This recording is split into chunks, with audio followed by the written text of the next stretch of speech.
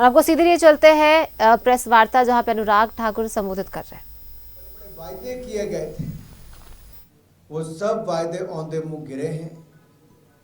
झारखंड की जनता अपने आप को ठगा हुआ महसूस करती है और एक नहीं अनेक फ्रंट पर आरजेडी, कांग्रेस और जेएमएम ने झारखंड की जनता को ठगा है।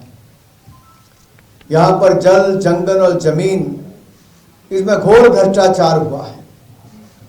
यहां पर तो गरीब को अनाज की लूट, गरीब के अनाज की लूट, खान खनिज की लूट, जल जमीन की लूट, गरीब आदिवासियों की जमीन की लूट, आदिवासी अस्मिता की लूट की जा रही है।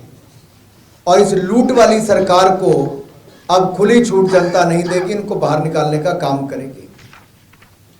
कहा जाता है जिस और जवानी चलती है और उस और जमाना चलता है, और झारखंड के युवाओं ने मन बना लिया है कि वो भारतीय जनता पार्टी के साथ चलेगा, क्योंकि आज से 5 साल पहले कहा था कि हर साल 5 लाख नौकरियां ये कांग्रेस जेएमएम की सरकार देने की वायदा करती थी। आज 5 साल के बाद मैं हेमंत जी से पूछता हूं, सुरेन साहब कितनी नौकरियां दी आपने? नौकरी तो दी नहीं, युवाओं की जान लेने का काम आपकी सरकार में हुआ। रिकॉर्ड पेपर लीक का काम हुआ। अरे आप पेपर लीक तो बंद नहीं करवा पाए, आपने इंटरनेट बंद करवा दिया। अन्याय युवाओं के साथ हुआ। आपने कहा बेरोजगारी भत्ता देंगे, 5,000 देंगे, दूसरों को 7,000 देंगे। किसको मिला बेरोजगारी भत्ता? मैं उसके सबूत बताता हूं, किसी को नहीं मिल पाया है। अगर आप देखेंगे, ये स्वयं सरकार ने माना है कि 5 साल में, आपको मैं दिखा देता हूं ऐसे थोड़ा, 5 साल में मात्र 11,422 लोगों को नौकरियां मिल पाएगी, मात्र 11,422। और बेरोजगारी भत्ता भी नहीं दिया, ये भी माना है सरकार ने। ये जो लिखा है रिक्त पदों पर कितनी नियुक्तियों की, साफ साफ इसमें कहा गया। फिर आगे और पूछा हमने ये भी पूछा कि आपने कहा था वृद्धा और विधवाओं को आप 2,500 रुपया देंगे और वंचित शोषित महिला को भी 2,500 रुपया देंगे। अस्वीकार्य कह दिया है आपकी सरकार ने। ये देखिए, इसके ऊपर पूरा आरटीआई में कहा गया है, साफ माना है सरकार ने। फिर कहा था आंगनवाड़ी वर्कर्स को, सेविकाओं को, सहायिका, रसोईया, अनुबंध कर्मियों को स्थायी नौकरी देंगे, वो भी अस्वीकार कर दिया है आपकी सरकार ने, साफ माना है यहां पर। फिर उसके बाद कहा गया था 50% आरक्षण देंगे आप महिलाओं को सरकारी नौकरी में, 5% भी नहीं मिल पाया है। और ये मैं नहीं कह रहा, इनकी सरकार ने लिख के दिया है। और कब लिखा है? 31/7/2024 को, बहुत पुरानी बात नहीं है। और एक के बाद एक सभी तरफ आपने लोगों को ठगा हुआ महसूस किया। जब मैं कहता हूं जल जंगल जमीन को लूटा है, जनसंख्या को बदलने का काम किया, जमीन को हथियाने का काम किया, तो ये मैं ही नहीं कह रहा, ये आपकी झारखंड पुलिस की स्पेशल ब्रांच की रिपोर्ट है। ये सभी आयुक्तों को, पुलिस अधीक्षकों को एक पत्र स्पेशल ब्रांच ने लिखकर कहा है, और इसमें लिखा है कि बांग्लादेशियों की घुसपैठ हो रही है। यहां पर जमीन हथियाने का काम, जनसंख्या के संतुलन को बिगाड़ने का काम हो रहा है। सबको सजग रहने के लिए कहा गया है। और ये हेमंत सोरेन की नाक के तले हो रहा था। क्या हेमंत सोरेन जी राहुल गांधी जी के निर्देशों पर काम कर रहे थे कि बांग्लादेशी घुसपैठियों को संरक्षण दिया जाए, यहां की आदिवासी बहनों की अस्मिता को लूटने का काम करने दिया, उनके अधिकारों को छीनने का काम करने दिया जाए? क्या इसलिए हेमंत सोरेन की सरकार काम नहीं कर रही थी कि राहुल गांधी जी ने कहा था कि बांग्लादेशी घुसपैठियों को संरक्षण दिया जाए, जमीन लेनी दी जाए? क्या इसी कारण से 43% से कम होकर आदिवासियों की जनसंख्या मात्र 23-24% रह गई है? और ये यहां से लेकर कर्नाटक के हमारे नारायण स्वामी जी आपको बताएंगे, वहां पर भी कॉन्ट्रैक्ट में नौकरी देने के लिए, ठेके देने के लिए 4% मुस्लिम समुदाय को वहां पर कांग्रेस की सरकार दे रही है। ये मुस्लिम तुष्टीकरण की राजनीति जो कांग्रेस कर रही है, इससे कांग्रेस का पर्दाफाश पूरे देश भर में हुआ है। साथियों, जब मैं कह रहा हूं कि यहां पर नौकरी नहीं मिली, तो मैं आपको कुछ उदाहरण और देना चाहता हूं। हमारी सरकारें, भारतीय जनता पार्टी की सरकारें आज गुजरात में लगातार बार बार क्यों आई, मध्य प्रदेश में बार बार हमारी सरकार क्यों बनी, असम में हमारी सरकार क्यों बनी, हरियाणा में तीसरी बार हमारी सरकार क्यों बनी, त्रिपुरा में हमारी सरकार वापस क्यों बनी, उत्तर प्रदेश में हमारी सरकार वापस क्यों बनी? भाजपा ने जो कहा वो करके दिखाया है। मोदी गारंटी देश में सफल हुई है। देश में एक ही गारंटी है, मोदी गारंटी, जो सफल होती है। इसलिए तीसरी बार लगातार मोदी सरकार भी देश में बनी है। साथियों, बगैर खर्ची के, बगैर पर्ची के, बगैर खर्ची के, बगैर पर्ची के हमने हरियाणा में सरकार चलाई। यानी कि ना आपको सिफारिश करनी पड़ी, ना आपको पैसा खर्च करना पड़ा, और हरियाणा में हमारी सरकार चली, तीसरी बार बनी। लेकिन दूसरी ओर यहां पे क्या हालत है? यहां पे मैं आपको एक पुराना भाषण माननीय हेमंत सोरेन जी का पढ़ के सुनाना चाहता हूं। उन्होंने क्या कहा था, ताकि जनता को याद आए कि 5 साल में हेमंत सोरेन जी क्या कहते रहे। उन्होंने कहा था, JSSC के माध्यम से इतने लाख लोगों को नौकरी देने का काम करेंगे कि नौकरी देने का मामला पाइपलाइन में है। सब गोली मैगजीन में घुस चुका है, बस गोली निकलना बाकी है। खट खट खट खट खट खट नॉन स्टॉप। हेमंत सोरेन ने कहा, अबे बैरल में कहां गोली फंस गई भाई? गोली कहां बैरल में फंस गई? क्यों नौकरी नहीं मिल पाई? ये हेमंत सोरेन की खट खट खट खट खट करके नौकरी मिलने वाले का काम वैसा ही है जैसे राहुल गांधी का पैसा खटाखट खटाखट खटाखट खटाखट के रूप में मिल रहा था। ना खटखट हो पाया, ना खटाखट हो पाया। ये तो पैसा सभाचट करके सौंप गए। ठगा हुआ महसूस जनता अपने आप को करती है। किस बैरल में आपकी गोली फंस गई? पेपर लीक के आपने नए उदाहरण पेश किए। झारखंड का युवा तो आधी रोटी खाकर सोया है, तैयारी की है, सूखी रोटी खाई है, लेकिन झारखंड मुक्ति मोर्चा और कांग्रेस ने मिलकर मलाई खाई है, करप्शन की मलाई खाई। जहां है कांग्रेस, करप्शन है वहां। और कांग्रेस और झारखंड मुक्ति मोर्चा का तालमेल तो ऐसा है कि एक तो करेला, वो भी नीम चढ़ा। एक के बाद दूसरा भ्रष्टाचार का मामला सामने आया है। मैं आपको एक बात कहूं, आपके साथ लगता राज्य छत्तीसगढ़ है। छत्तीसगढ़ में भूपेश बघेल की सरकार थी। वहां लोग कहते थे भूपे करो और मौज करो।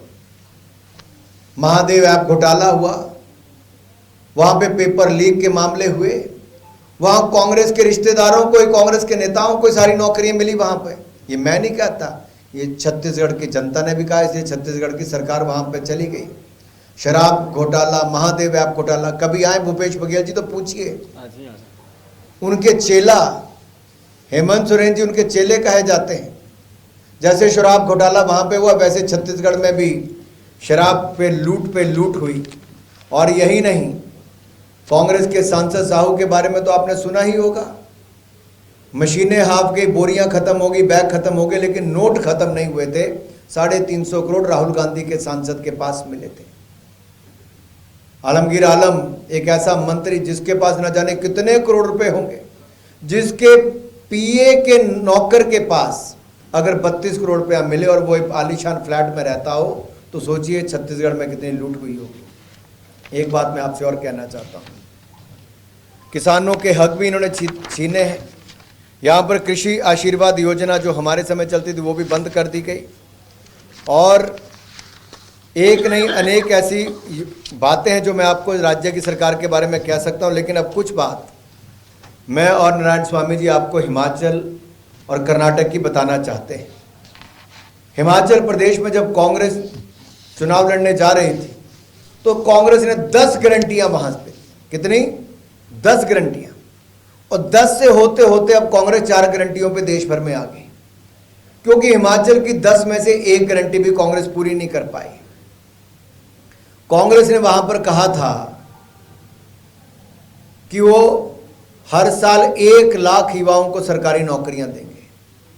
अरे 1 लाख छोड़ो भाई, 2 साल होने को आए, कुछ हजार लोगों को भी नौकरी नहीं दे पाई। उन्होंने कहा था 680 करोड़ रुपए हम स्टार्टअप फंड के लिए देंगे। 680 करोड़ तो छोड़ो, 680 रुपया नहीं दे पाए। उन्होंने कहा था हम 2 रुपए किलो गोबर खरीदेंगे। 2 साल होने को आगे 2 लोगों से भी 2 रुपए किलो गोबर नहीं खरीदा है। उन्होंने कहा था हम 100 रुपए लीटर दूध खरीदेंगे। संजय भाई 100 रुपए लीटर दूध तो छोड़िए, 50 रुपए लीटर दूध भी वहां पर हिमाचल प्रदेश में नहीं खरीदा जा रहा। उन्होंने कहा था हम 300 यूनिट बिजली के मुफ्त में देंगे। अरे 300 यूनिट बिजली के मुफ्त में छोड़िए साहब, वहां तो सरचार्ज लगा दिया, मिल्क सेस लगा दिया, पर्यावरण सेस लगा दिया, बिजली के यूनिट के दाम बढ़ा दिया। और जो भाजपा की सरकार 125 यूनिट बिजली के मुफ्त देती थी वो भी बंद कर दिए। 300 यूनिट देना तो दूर की बात है। हम पानी मुफ्त में देते थे, उन्होंने पानी पे भी 100 रुपया सरचार्ज कांग्रेस की सरकार ने लगा दिया।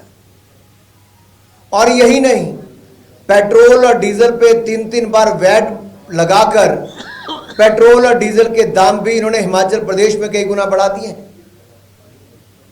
यहीं पे रुके नहीं, इन्होंने बागवानों को कहा था कि सेब और फलों के दाम हम आपको उचित देंगे, बागवान दाम तय करेगा।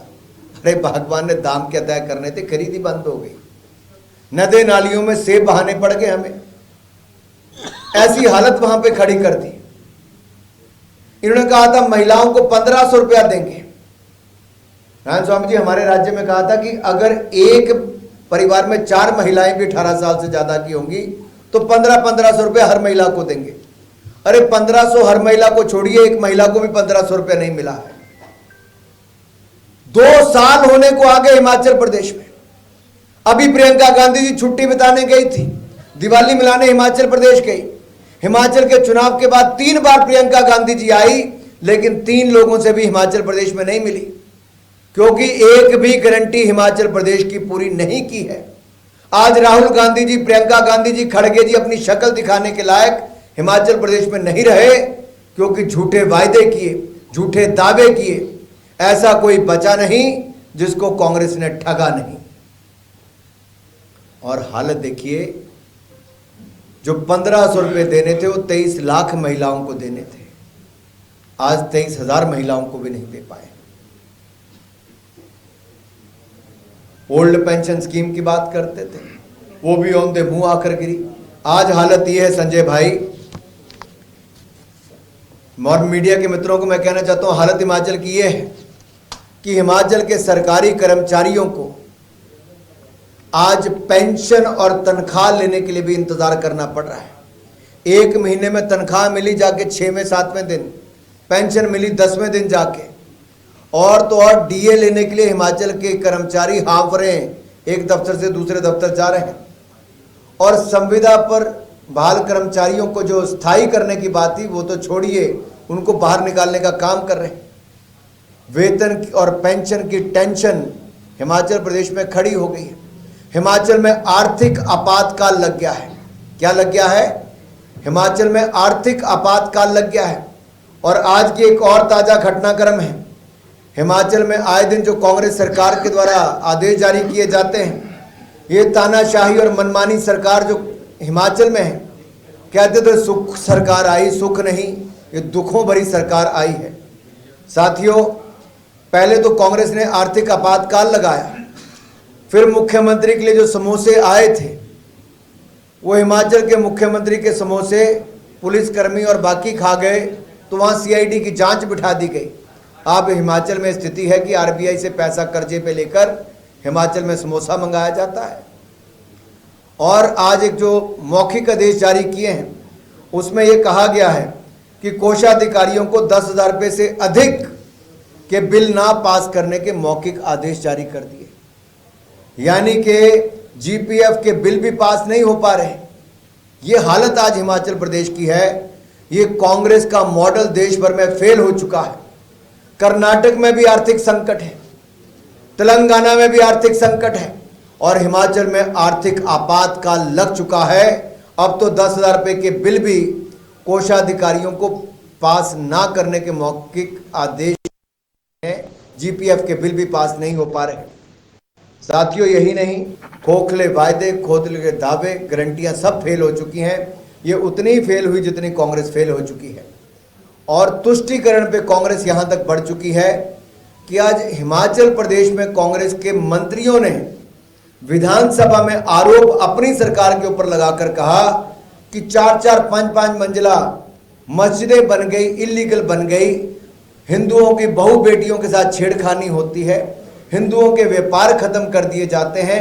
और ये वहां पर जहां पर 98% हिंदू रहते हैं उस राज्य में कांग्रेस ने हालत खड़ा कर दी, क्योंकि कांग्रेस की सरकार बनने के बाद कांग्रेस के मुख्यमंत्री ने कहा था हम 98% हिंदुओं की मानसिकता वालों को हरा कर आए। आप सोचिए क्या स्थिति है। कर्नाटक में 4% ठेकों पर भी और ठेके देने का काम भी मुसलमानों को देने की बात जो कांग्रेस कहती है, आप सोचिए ये तुष्टीकरण की राजनीति देश को कहां ले जा रही है। और हिमाचल प्रदेश के आर्थिक हालात ये हैं कि छोटा सा राज्य 96,000 करोड़ के कर्जे के तले दब गया है और ये कांग्रेस की गलत नीतियों के कारण हुआ है। मैं ज़्यादा समय नहीं लूँगा, मैं अपनी बात को यहीं विराम देता हूँ, क्योंकि मेरे कर्नाटक के मित्र, हमारे जो नेता हैं, दल के नेता हैं, लीडर हैं हमारे ऑपोजिशन के, नारायण स्वामी जी, उन्होंने अपनी बात रखनी। मैं निवेदन करता हूँ अपनी बात रखें। बहुत बहुत धन्यवाद। नमस्कार, मैं जलवादी नारायण स्वामी हूँ, बैंगलोर से। कर्नाटका काउंसिल में मैं अपोजिशन एलओपी अपोजिशन लीडर भी हूँ। मेरा भाषा तो थोड़ा आपको तकलीफ दे।